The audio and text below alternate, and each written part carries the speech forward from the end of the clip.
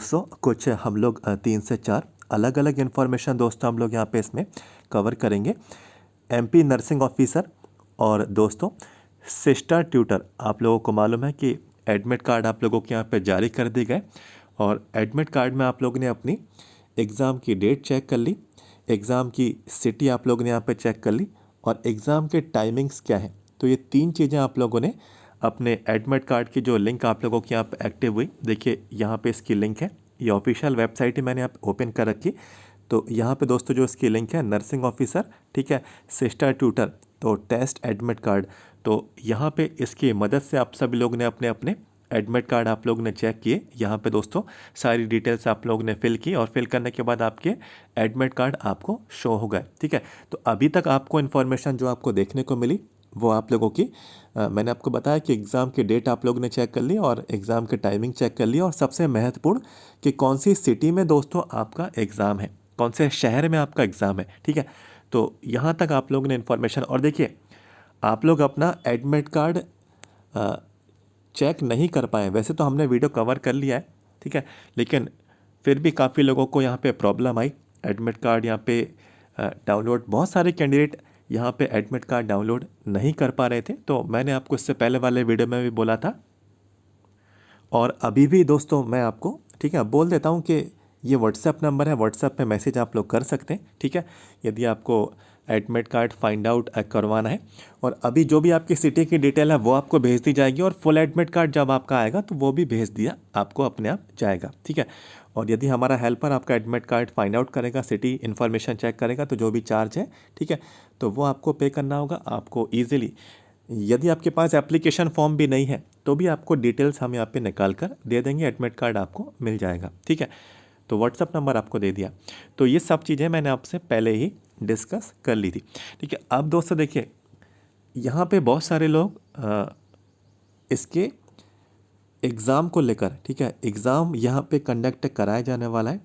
तो यहाँ पे सबसे पहले मैं इंफॉर्मेशन दूंगा कि एग्ज़ाम कितनी शिफ्टों में हो रहा है, कितनी शिफ्टों में हो रहा है, ठीक है। तो दोस्तों बताना चाहता हूँ एग्ज़ाम मात्र 15 मई 2026, ठीक है, इसी डेट को ही कंडक्ट कराया जाएगा। 16 तारीख का कोई भी सीन नहीं है, 17 तारीख का कोई भी सीन नहीं है, ठीक है। सिर्फ 15 मई को दोस्तों आपका एग्ज़ाम रहने वाला है और ये पहली शिफ्ट में भी होगा और किसी किसी कैंडिडेट का ये सेकंड शिफ्ट में भी होगा, ठीक है। तो ये आपके एग्ज़ाम की सिटी, आपकी डेट और आपकी टाइमिंग्स आपको बता दी गई हैं, तो उसमें मालूम होगा कि कौन सी शिफ्ट में आपको शामिल होना है। और कोई घबराने वाली बात नहीं है, कुछ समय में आपका फुल एडमिट कार्ड भी जारी होगा तो उसमें सब चीज़ें आपको मालूम चल जाएंगी, ठीक है। तो सिर्फ एक ही डेट को एग्ज़ाम है, ठीक है, और एक दिन में 2 शिफ्टों में ये आपकी एग्ज़ाम कंडक्ट करा लिया जाएगा। या तो फर्स्ट शिफ्ट में आपका एग्ज़ाम होगा या तो सेकंड शिफ्ट में आपका एग्ज़ाम होगा, ठीक है। एक बात ये हुई। अब दूसरा यहाँ पे सवाल क्या है कैंडिडेट का कि ये जो एग्ज़ाम हो रहा है, ठीक है, आपको मालूम है कि ये नर्सिंग ऑफिसर की पोस्ट के लिए भी है और सिस्टर ट्यूटर की पोस्ट के लिए है। तो काफ़ी लोग पूछ रहे हैं कि क्या नर्सिंग ऑफिसर का अलग होगा, सिस्टर ट्यूटर का क्या अलग होगा, क्या एग्ज़ाम अलग अलग है, ठीक है। तो दोस्तों बताना चाहता हूँ एग्ज़ाम अलग अलग नहीं है, ठीक है, एक ही में आप लोगों का एग्ज़ाम है, चाहे नर्सिंग ऑफिसर से अप्लाई किया हो, चाहे सिस्टर ट्यूटर से आप लोग ने अप्लाई किया हो, ठीक है, आपका एग्ज़ाम एक ही में होगा, अलग अलग आपका एग्ज़ाम नहीं है। यानी कि 15 मई, ठीक है, आपका एग्ज़ाम 15 मई 2026, ठीक है, फर्स्ट शिफ्ट में एग्ज़ाम होगा या तो सेकंड शिफ्ट में आपका एग्ज़ाम होगा, ठीक है। तो इसमें अलग अलग नहीं है, ठीक है। सभी लोगों ने यदि दोनों पोस्ट सेलेक्ट की हैं तो दोनों का एग्ज़ाम एक साथ होगा, ठीक है। और यदि एक की है, नर्सिंग ऑफिसर की है, तो भी एक ही होगा, ठीक है, तो भी एक ही एग्ज़ाम होगा, ठीक है।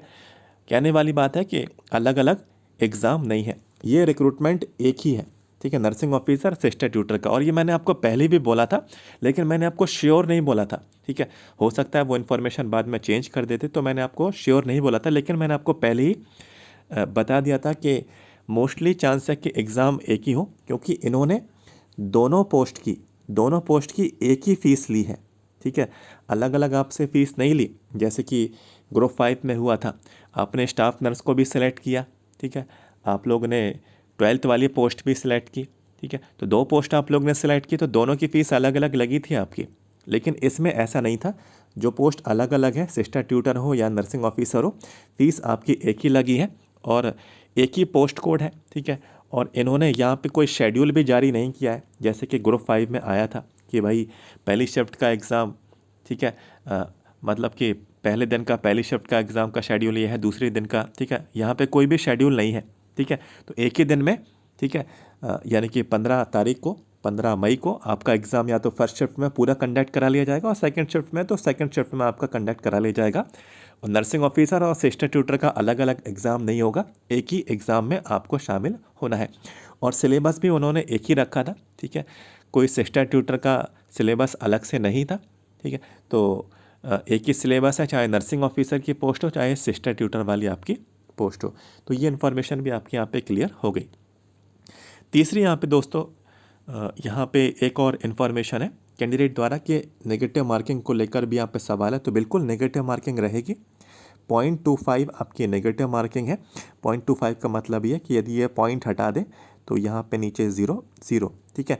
25 1 25, 25 4 100, यानी कि 1/4 वाली आपकी नेगेटिव मार्किंग रहेगी। 4 सवाल आपके गलत हुए तो सही में से, ठीक है, 4 सवाल आपके गलत हुए तो सही में से 1 नंबर आपका काट लिया जाएगा, ठीक है। नेगेटिव मार्किंग रहेगी, ठीक है। तो अब तो ये आपको पूछना ही नहीं है कि एग्ज़ाम में नेगेटिव मार्किंग होगी या नहीं होगी। अब सभी एग्ज़ाम में, व्यापम के सभी एग्ज़ाम में, MPESB के सभी एग्ज़ाम में आपकी नेगेटिव मार्किंग ये बिल्कुल आपकी 1000% बिल्कुल मैं श्योर हूँ आपके सभी एग्ज़ाम में।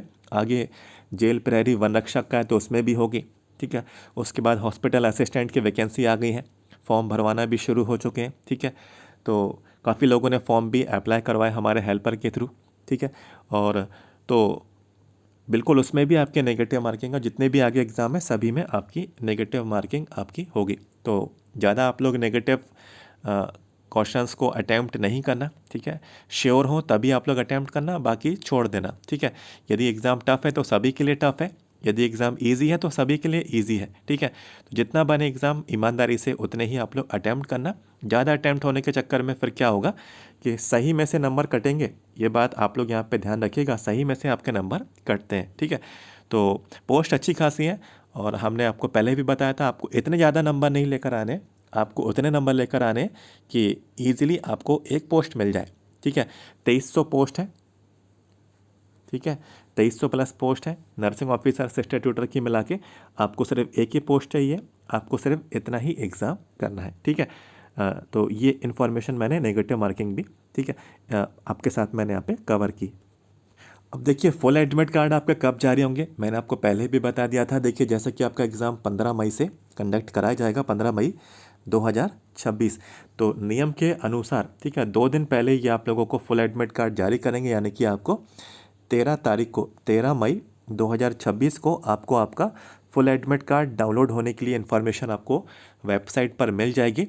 आप लोग फुल एडमिट कार्ड डाउनलोड कर लेना कि उस वाली सिटी में, ठीक है। तो सिटी आप लोग ने तो चेक कर ही लिया, तो उस सिटी में कौन सा एग्ज़ाम का आपका दोस्तों सेंटर रहेगा, ठीक है। सेंटर का नाम क्या रहेगा, ठीक है, जहाँ पे आपको एग्ज़ाम देना है। तो परीक्षा का केंद्र का नाम, ठीक है, अभी आपको मालूम नहीं चला है, वो आपको 13 तारीख को ही मालूम चलेगा। तो थोड़ा वेट कर लीजिए। आपने इस वाले अपडेट का भी वेट किया है कि आपका एडमिट कार्ड कब आएगा, और मैंने देखिए मॉर्निंग में इन्फॉर्मेशन दी थी कि हो सकता है दिन में या फिर शाम तक एडमिट कार्ड की जानकारी आ जाए, और वैसा ही हुआ। कितनी एक्यूरेट इन्फॉर्मेशन दोस्तों हमारी रही, और मैंने बिल्कुल आपको सही सही अपडेट आपको प्रोवाइड करा, बिल्कुल सटीक इन्फॉर्मेशन दोस्तों मैंने दी, ठीक है। तो फुल एडमिट कार्ड आपके 13 तारीख को आ जाएंगे, यानी कि एग्ज़ाम के 2 दिन पहले। तो वो अपडेट भी, वो इन्फॉर्मेशन भी मैं कवर करूँगा, और एग्ज़ाम सेंटर पर क्या क्या लेकर जाना है वो सारी चीज़ें दोस्तों मैं आपको तभी बताऊँगा जब आपका फुल एडमिट कार्ड जारी हो जाएगा। तो थोड़ा वेट कर लीजिए, और आगे इन्फॉर्मेशन आप लोगों को यहाँ पे आने वाली है। अब एक और बात दोस्तों, इसमें एक और इन्फॉर्मेशन कवर करेंगे कि आपका जो एग्ज़ाम सेंटर है, ठीक है, तो किसी किसी को भाग्यवश बहुत अच्छे एग्ज़ाम सेंटर मिल गए, ठीक है, या फिर मैं कहूँ किसी किसी को लोकल में ही, जहाँ का वो पर्सन है उनको उसी का ही, उसी जगह का ही कई लोगों को एग्ज़ाम सेंटर मिल गए। लेकिन कई लोगों को आउट लोकेशन भी मिल गई है, यानी कि दूर के एग्ज़ाम सेंटर मिल गए हैं, ठीक है। तो जो भी कैंडिडेट्स हैं, ठीक है, देखिए ये सब चीज़ें आपको भुला देनी होंगी कि आपका एग्ज़ाम सेंटर दूर है या पास है। बस ध्यान रखना कि पहली सैलरी जब आपको मिलेगी, आपका सारा जो भी खर्चा है, जो भी आपके एक्सपेंसेस हैं, एक्सपेंसेस मीन्स जो आपने फॉर्म अप्लाई किया है, ठीक है, इतना महंगा आप लोगों ने फॉर्म अप्लाई किया है, 310 रुपये फ़ीस होगी या फिर 560 रुपये आपकी फ़ीस होगी, इतना महंगा आपका फ़ीस आपका लगी है। फिर उसके बाद ठीक है, फिर आपका एडमिट कार्ड आया है, ठीक है, एडमिट कार्ड के बाद आपको ट्रेन टिकट करवाना होगा क्योंकि एग्ज़ाम सेंटर दूर है, तो आने की टिकट और जाने की टिकट तो इसमें भी खर्चा होगा, करीब 400 तो लगेंगे ही लगेंगे, ठीक है, 200 250 300 400 जिस हिसाब से जितने किलोमीटर दूर है आपका एग्ज़ाम सेंटर, ठीक है, तो आने जाने की टिकट का भी खर्चा आप लोगों का लगेगा। फिर वहाँ जाएंगे तो कुछ खाएंगे पिएंगे भी, ठीक है, वहाँ पे थोड़ा कुछ मील्स वगैरह आप लोग ऐड करेंगे, कुछ नाश्ता वगैरह करेंगे, खाना वगैरह खाएंगे, एनर्जी लेंगे, ठीक है, तो ये कुछ एक्सपेंस है आप लोगों का, यहाँ पे फेयर आप लोगों का खर्चा, ठीक है, इसमें आप लोगों का दोस्तों ऐड हो जाएगा, ठीक है। फिर जो आपका एग्ज़ाम सेंटर पहुँचेंगे तो ठीक है, तो आप लोग कोई ऑटो वगैरह करेंगे, ठीक है, या फिर जो भी आपका ट्रैवल का रहेगा, यानी कि स्टेशन से एग्ज़ाम सेंटर तक का, तो वहाँ भी आपको खर्चा करना है, ठीक है। उसके बाद फिर जब आप लोग एग्ज़ाम की लैब में जाएंगे उससे पहले आप लोग अपना बैग जमा करेंगे, तो उसका पैसा भी आप देंगे 50 रुपये, कहीं कहीं 20 रुपये लगते हैं, ठीक है। न्यू दिल्ली जो सिटीज़ हैं, जैसी सिटीज़ हैं उसमें वहाँ 50-50 रुपये बैग रखने के रखवाए जाते हैं, ठीक है। तो कहीं कहीं भोपाल जैसे शहरों में जैसे 20 रुपये 10 रुपये तो जो चार्ज रहता है, कहीं कहीं फ्री वाला सिस्टम भी रहता है, एट योर ओन रिस्क, ठीक है। वहाँ पे वो कैबिन बना देते हैं, अपना बैग वहाँ पर रख लीजिए, ठीक है। तो एट योर ओन रिस्क वाला भी रहता है, पैसे वाला भी रहता है, और कहीं कहीं जगह पे काफ़ी ज़्यादा पैसे भी लिए जाते हैं और मजबूरी में देना भी पड़ता है, क्योंकि बैग का सवाल है, उसमें सारा सामान रहता है, मोबाइल रहता है, ठीक है, सारी इन्फॉर्मेशन उसमें रहती है। तो इतना सारा खर्चा दोस्तों ये जब आप लोग करते हैं, ठीक है, तो ये पहली सैलरी से दोस्तों आपका वसूल हो जाता है। तो ये सब चीज़ें दोस्तों आपको मैं ये नहीं कहूँगा, ठीक है, दिक्कत तो आती है, ठीक है, ये सब चीज़ें अरेंज करने में, लेकिन जब पहली सैलरी आती है बिल्कुल ये आपको बहुत ही अच्छा लगेगा वो फीलिंग, जब कि हाँ मेरी मेहनत सफल हुई, ठीक है। तो एग्ज़ाम सेंटर जैसे कि कई लोगों को सेंटर तो ऐसे मिले हैं कि उनका स्टेशन ही नहीं है, ठीक है, जैसे सीधी है,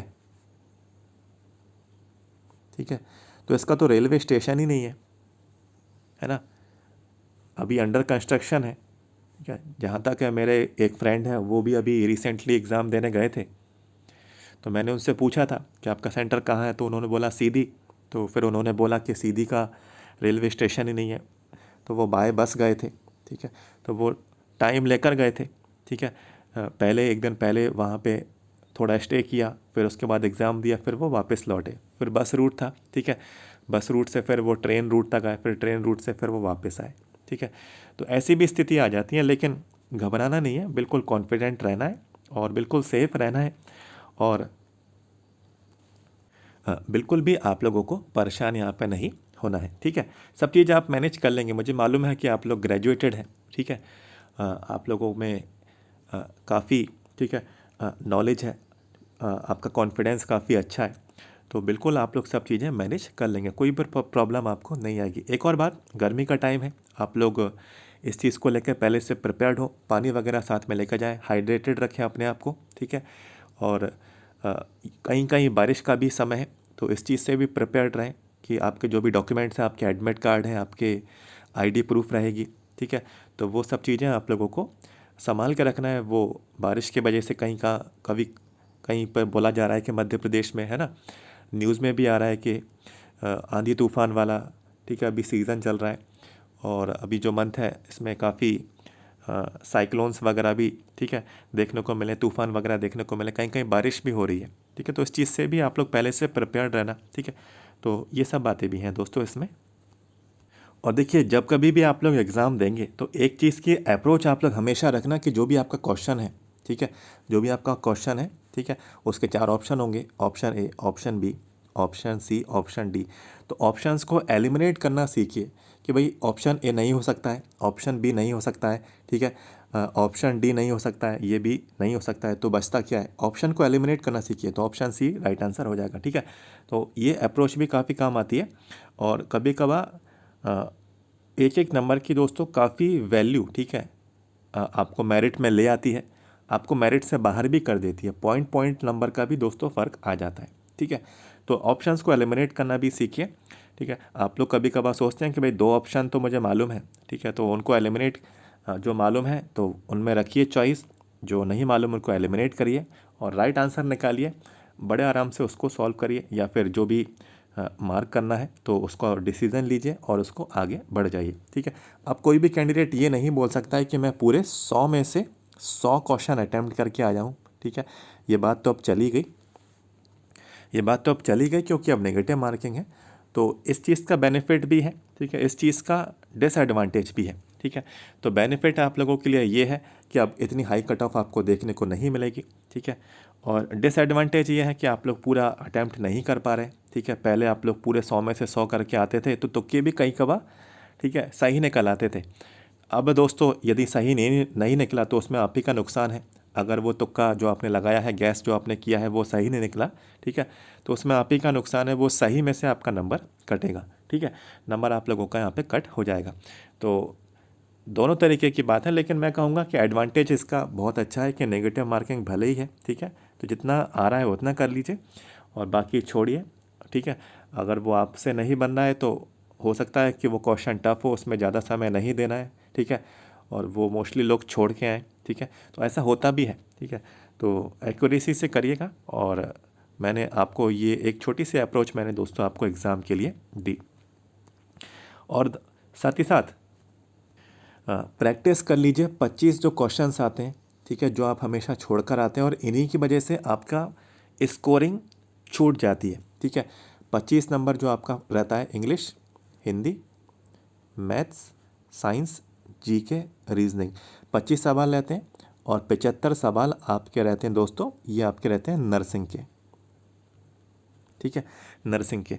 तो इंग्लिश में आर्टिकल्स वगैरह रहते हैं, ए एन द, ठीक है, उनके फिल इन द ब्लैंक्स के टाइप्स में क्वेश्चन आते हैं, आपको आर्टिकल्स फिल करने होते हैं, ठीक है।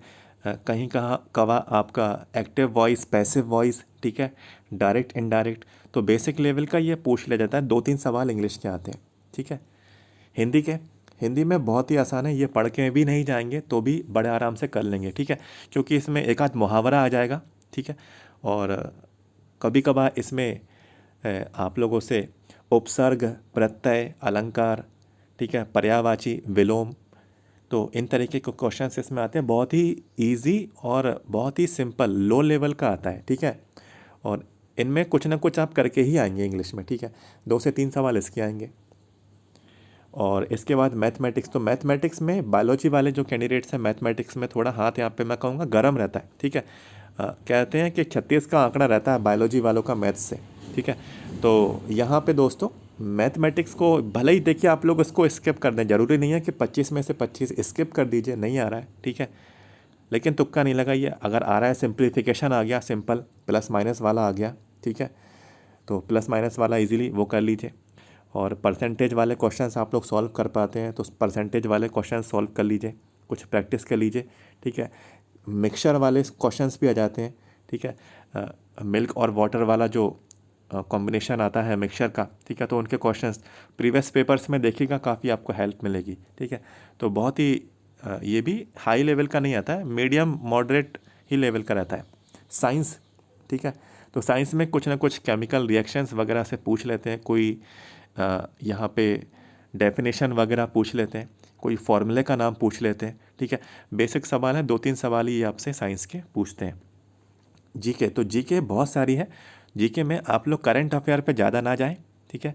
और जीके में 2-3 सवालों के लिए आप कितना पढ़ेंगे, तो मध्य प्रदेश की जो जीके है आप लोग बेसिक पढ़ लीजिए, जैसे कि मध्य प्रदेश के जो एयरपोर्ट्स हैं, ठीक है, मध्य प्रदेश में जो डैम्स हैं, ठीक है, ये कौन सी नदी पर हैं, ठीक है, कौन सी नदियों के ऊपर हैं, ठीक है, तो ये आपको सारे डैम्स ये आप लोग तैयारी कर लीजिए। फोर्ट्स वगैरह हैं, ठीक है, फोर्ट्स वगैरह, किले वगैरह, कौन से राजाओं ने उन किलों को बनवाया है, ठीक है। और जो ऐतिहासिक धरोहर रहते हैं मध्य प्रदेश में, ठीक है, तो वो उन पे आपको ध्यान देना है, ठीक है। और जैसे कि रिवर्स वगैरह है, रिवर्स, ठीक है। तो नदियाँ, नदियों के साथ जो शहर बसे हुए हैं, ठीक है, उनके बारे में भी, ठीक है। डैम्स की हाइट भी कुछ कुछ क्वेश्चंस पूछ लिए जाते हैं, ठीक है। डैम की हाइट, तो ये कुछ अभी रिसेंट में पूछे भी गए, ठीक है। ये कुछ अलग तरीके के क्वेश्चंस थे, तो 2-3 सवाल के लिए आपको, ठीक है।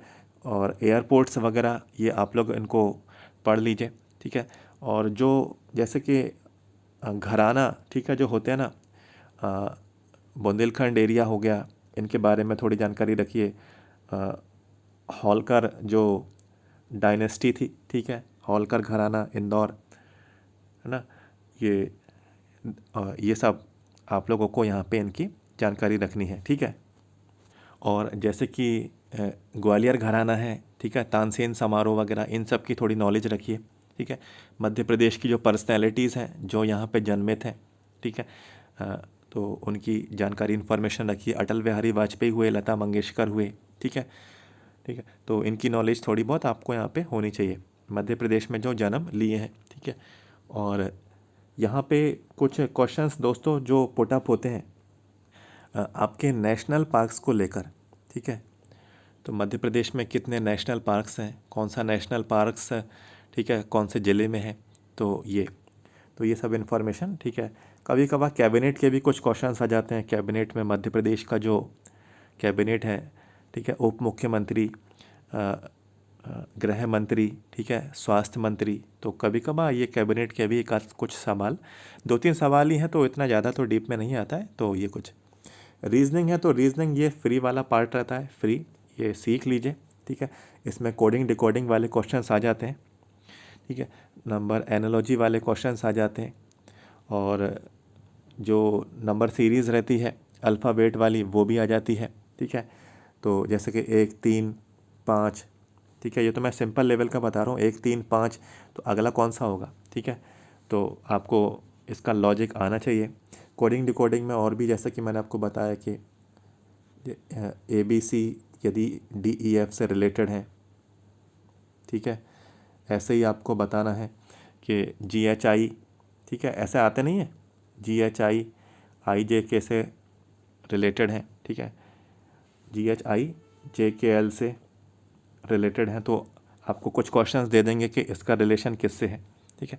तो ये बहुत ही इजी रहते हैं। तो ये कुछ 25 सवाल आते हैं, इनमें थोड़ी प्रैक्टिस कर लीजिए अभी जो टाइम है, और प्रीवियस पेपर से देख लीजिए कैसे क्वेश्चंस आए हैं, तो आपको काफ़ी हेल्प मिल जाएगी। जो टाइम अभी आपको मिला है ये इसी के लिए ही है, आप लोग उनको पढ़ें।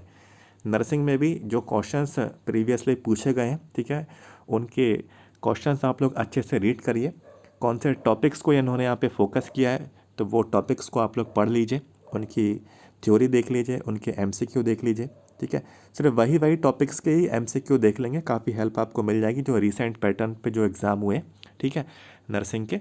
तो और यदि पेपर्स आपको चाहिए हैं, ठीक है, अभी पेपर रिसेंट में ही हुए हैं, ग्रुप 5 के हुए हैं, स्टाफ नर्स की पोस्ट के लिए हुए हैं, ठीक है। तो मैंने आपको पहले भी बताया था कि 2024 भर्ती के ये 4 शिफ्टों में एग्ज़ाम हुए हैं, तो चारों पेपर हैं, अवेलेबल हैं, आपको मिल जाएंगे। और 2026 भर्ती में, ठीक है, यानी कि इसी साल पिछले महीने अप्रैल महीने में एग्ज़ाम हुआ है ग्रुप 5 का, एक ही शिफ्ट में एग्ज़ाम हुआ है, तो ये भी आपको मिल जाएगा, ठीक है। तो ये 5 पेपर्स हैं, इनको अच्छे से रीड कर लीजिए। इनके टॉपिक्स से आप लोग यहाँ पे काफ़ी MCQ वगैरह अरेंज करिए कि आप लोग इनके MCQ लगाएं, इनमें टॉपिक्स देख लीजिए, ठीक है। English, Hindi, math, science, GK, reasoning वाला पार्ट भी आप लोग इसी से ही प्रैक्टिस करिए। ये 500 सवाल हैं, ये काफ़ी ज़्यादा महत्वपूर्ण है आपके लिए, ठीक है। और ये जो कम टाइम बचा है, 5 से 6 दिन ही बचे हैं, ठीक है, 6 दिन ही ऑलमोस्ट आई थिंक, ठीक है। तो 6 दिन में आप नया ना पढ़ के कुछ ऐसा पढ़ लीजिए जो आपके काम आए, ठीक है। प्रैक्टिस कर लीजिए क्वेश्चंस की, कुछ मार्क्स आपको वो देकर जाए, ठीक है। नया नहीं पढ़िए क्योंकि अब टाइम ही नहीं बचा है, और कितने नोट्स बनाएंगे, ठीक है, कितनी आप किताबें खरीदेंगे, कितने आप किसी के कोर्स खरीदेंगे, तो जो आया है वो आप लोग पढ़ लीजिए, ठीक है।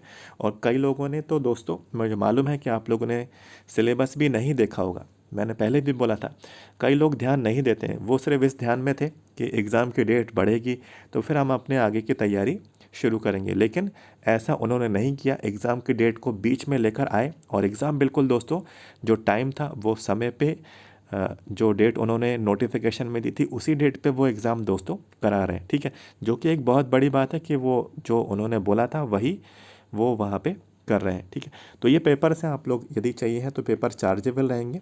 741555 व्हाट्सएप नंबर मैं दे देता हूँ, मैसेज कर देना 7415543659 व्हाट्सएप नंबर आपको दे दिया गया है, व्हाट्सएप पे आप लोग मैसेज करें, ठीक है।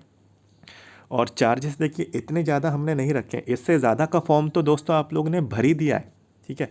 जब आपने फॉर्म इतना महंगा अप्लाई किया है, ठीक है, तब वहाँ आप कुछ नहीं बोले, और ये सब चीज़ें तो पढ़ने के लिए ही है, और फिर आप लोग यहाँ पे बोल रहे हैं, ठीक है।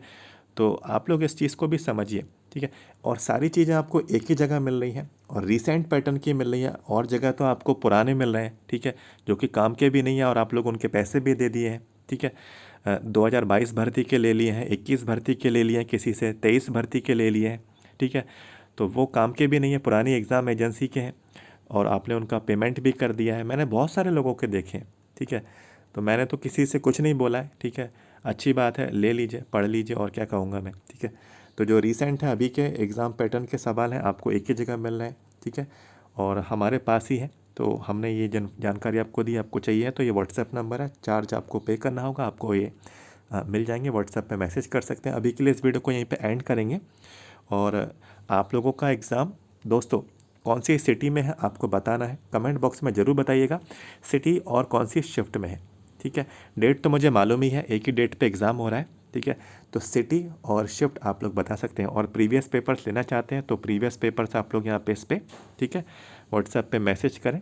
और यहाँ पे दोस्तों एडमिट कार्ड भी डाउनलोड नहीं हो रहा है, आपको एडमिट कार्ड डाउनलोड करवाना है तो आपको दोस्तों चार्ज पे करना होगा, यही व्हाट्सएप नंबर है, आपको एडमिट कार्ड भेज दिया जाएगा। अभी के लिए इस वीडियो को एंड करेंगे, वीडियो को लाइक करना, हमारे चैनल को सब्सक्राइब नहीं किया है तो सब्सक्राइब कर लीजिए, आगे और भी इन्फॉर्मेशन आपको मिलने वाली है। इसी वीडियो के नीचे जाना है, इसी जगह पे सब्सक्राइब का बटन है, सब्सक्राइब कर लें। दोस्तों मिलता हूँ next, thank you so much.